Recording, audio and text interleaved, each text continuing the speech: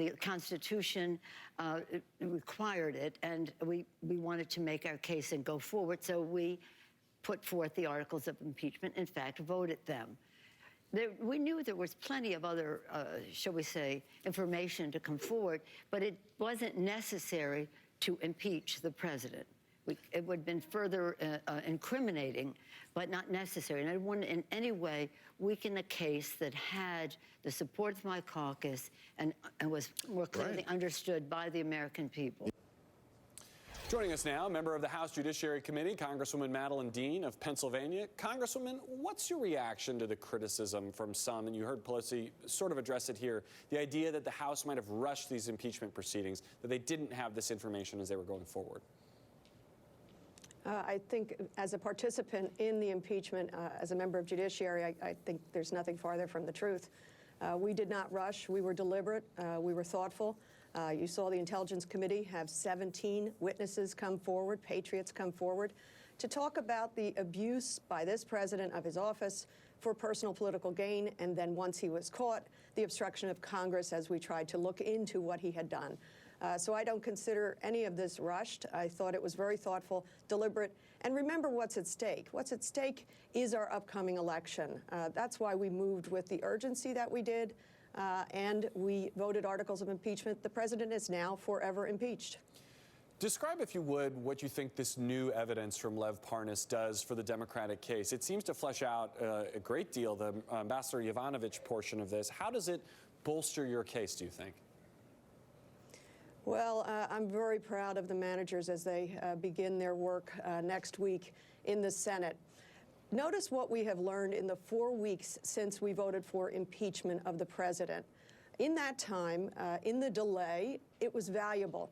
What happened is we learned that it was the president himself who ordered the delay of funding. 90 minutes after his phone call with the president of Ukraine, he ordered the holding of funds, $391 million, to Ukraine for their own security. The GAO just this week released a report saying that was unlawful. What the president did was unlawful, and those around him worried that it was unlawful.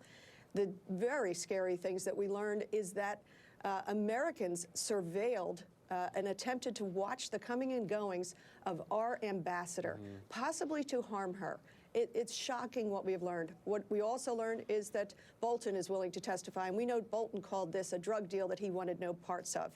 What happened here is the president sent folks like Giuliani, Parnas, and others on a domestic political errand, as Fiona Hill said, to interfere with the upcoming election for his personal gain.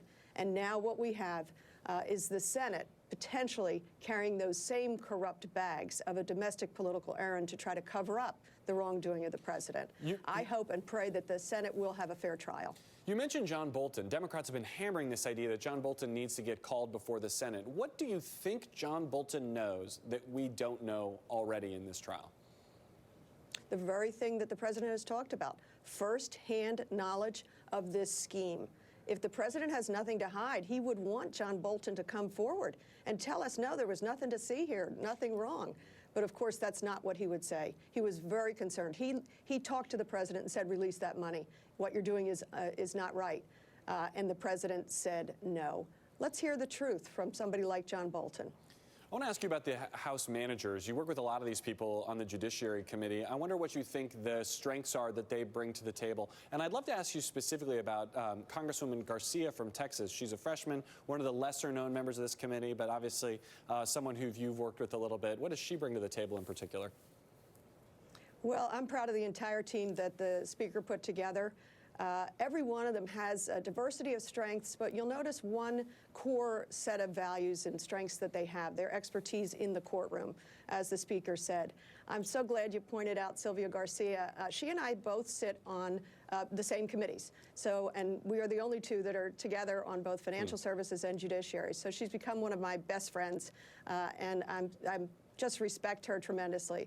But every one of these House managers, you saw them through the impeachment investigation, and you saw them through the impeachment hearings and votes.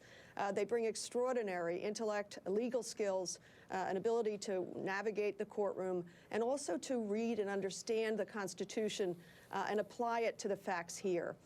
So this is a really diverse team. I'm so proud of the 5 members of the Judiciary Committee who are on it. Of course, my chairman, Jerry Nadler, is one of the most strong constitutional scholars you're ever going to come across. Adam Schiff has been meticulous in his prosecution of the case. Val Demings, I don't want to miss anybody, but they're all extraordinary. Our chair, Hakeem Jeffries, Zoe Lofgren, who's been a part of 3 impeachments. Imagine that. She was a staffer during the Nixon. She was on Judiciary for Clinton, and now, of course, on Judiciary with me and others for this grave, serious impeachment proceeding. So everybody, and Jason Crow, who's a colleague of mine, freshman, all of them bring legal expertise, thoughtfulness, and integrity. The country's going to get to know all of these people very well very soon, I think. Congresswoman Madeleine Dean, thank you very much. Thank you.